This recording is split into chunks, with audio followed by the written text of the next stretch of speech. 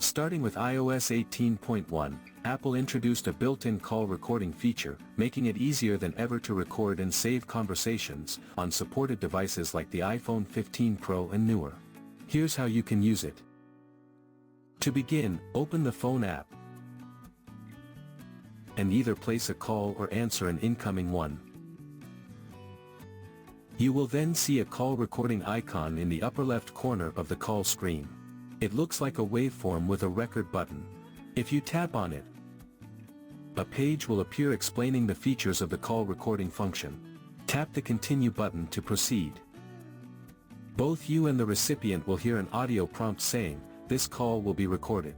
This announcement is mandatory and cannot be skipped, ensuring that both parties are aware of the recording. While the call is recording, you will see a waveform in the center of the screen, along with a stop button. You can either let the recording automatically stop when you end the call, or you can manually stop the recording at any time by tapping the stop button.